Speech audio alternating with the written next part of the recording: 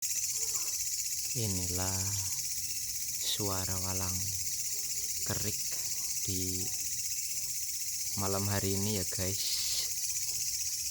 Suaranya terdengar di sebelah barat sana, lokasi di Banyumas, Jawa Tengah.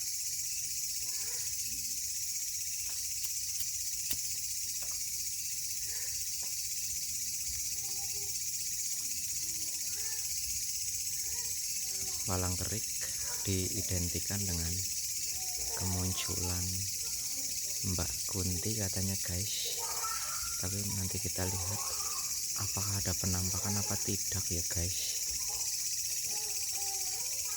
Suaranya terdengar sangat keras, apakah kalian juga mendengarnya guys?